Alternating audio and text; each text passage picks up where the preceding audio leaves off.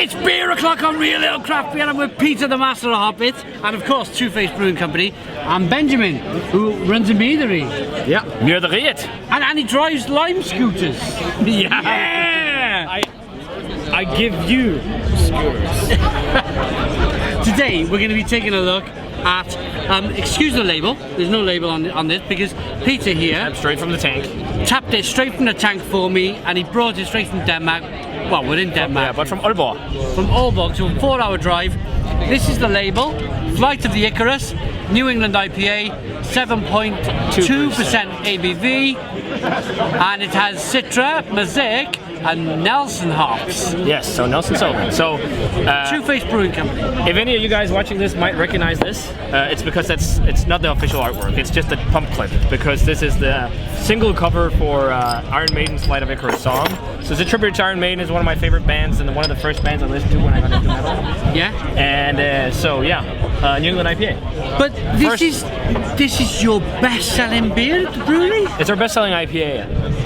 We sell about 1,000 liters every month. 1,000 liters every month? Wow. And oh, I can smell it from here. So yeah, lots of dry hop. It's quite simple malt backbone of pale ale malt. Yeah. Pale ale malt and some I have Cara Clare again, and a little bit of Cara Hill, and loads of wheat and flaked oats. I have to say, it looks beautiful. Thank you. Hazy orange. Hazy orange. That looks absolutely terrific. You know that dredge feeling you get when you open a can of IPA and it's grey, right? Yeah. Well, this is definitely grey. This is beautiful. This is exactly how it's. I can smell it from here. So this was the first recipe I also kind of got dialed in, I worked on. When I started working in this brewery, the first recipe I made was for Flight of Icarus, but it was a much different beer back then. You've really worked hard. Yeah. So just lots of light malts you've used. Yes, and let the hop shine, and big dry hop. Let the hop shine. We use about 15 grams of dry hopping per liter. There's no wheat or... Yes, both wheat and oats, but it's got a little bit of dextrose to dry it out. All right. So it's, yeah. It looks terrific, golden amber in colour, but with a beautiful haze to it. Let's get into the aroma. Yeah, let's do the aroma. Oh, Benjamin. Yeah. This batch is like really passion fruity for me. Passion fruit, mango. I just go. I go crazy when I smell beers like this. It's easy recognizable Citra, Mosaic. Yes. Citra Mosaic really shines, but then Nelson comes in with this slight thing of dry, kind of for me, gooseberry or grape. Yeah. But also, at least my experience in flavors, it gives the kind of like a white grape flavor to it. Yeah, absolutely. I'm ready. I'm ready to go. I'm very happy to be sharing this with you, man, because this is a beer I'm pretty proud of. Yeah. Can you guys dig in so I can try it? Yeah. Yeah, let's do it. The XSF 7.5, it's 7.2, that's a typo. The Nelson really shines real quick. What do you think? Stone the Crows! Stone the Crows, what an awesome beer. Awesome beer. Thanks, Peter. Absolutely terrific stuff. 7.5% ABV. 7.2. Oh, they said it was a typo. Sorry, my mistake. Incredible stuff. Do you know, after all the hops have hit you and smashed you in the face with the passion fruit and the mango and the citrus, it goes back to being a little bit sweet, then it goes over to being bitter again.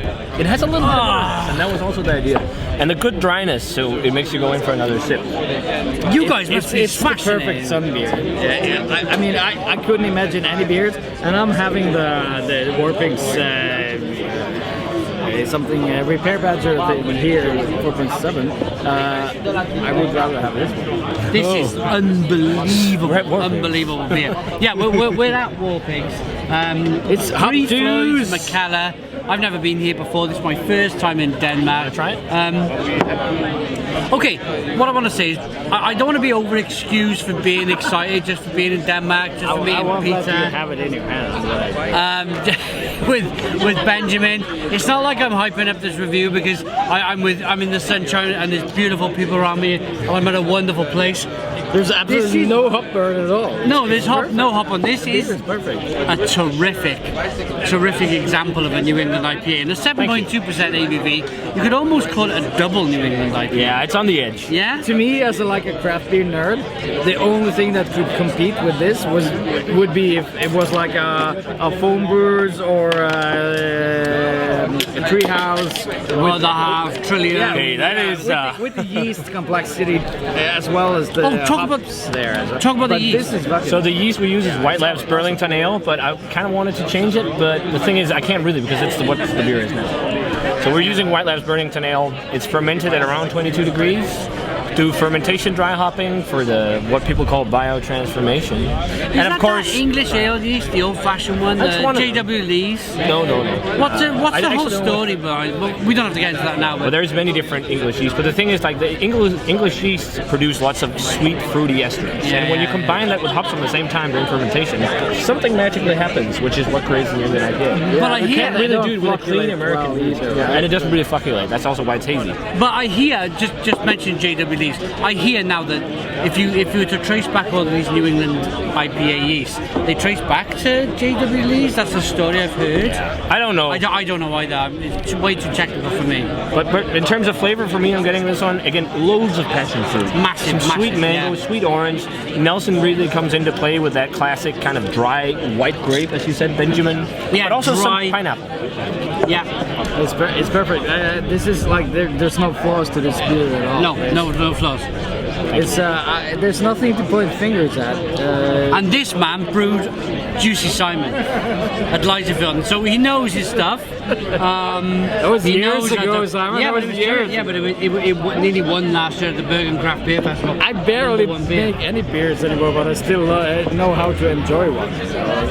But I want to wrap this up now. I want to rate it. Quickly, what do you think of the mouthfeel on it? On the mouthfeel? Yeah. I think it's not the thickest. It's drinkable, but it's silky, and then you get the dryness because of the dextrose. I think the first impression was like it's almost like a kind of sharp mouthful to it because it's pretty juicy, right? But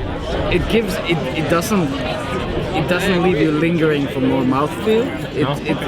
I think it actually covers all your needs when you want.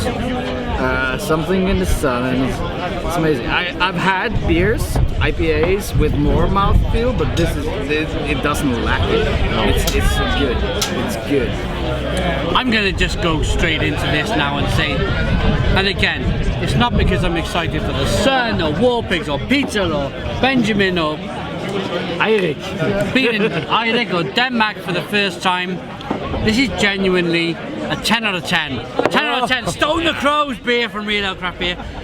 You can't rate. Well, you don't want to rate it. I don't want to rate it. I'm going to ask you, if you were to drink this independently, I would say this is a pretty good New England IPA. Okay, that's great. That's great. I'm pretty spoiled with my New England IPAs. I have a couple of friends back in Bergen, and they go to New England and they bring fresh cans back home.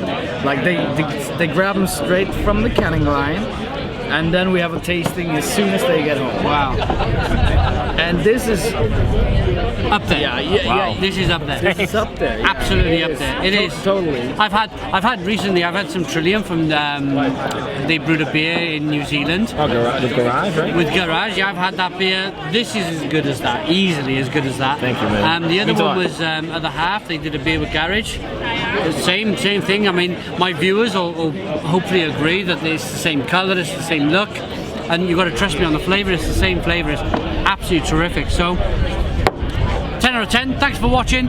Please comment, please subscribe. Check out the Master Hobbits on YouTube. Check out Warpigs. Check out Benjamin and the Meadery. Mjøderia. Just check out me in general. And check out the Lime Scooters. Stone the Crows. Cheers.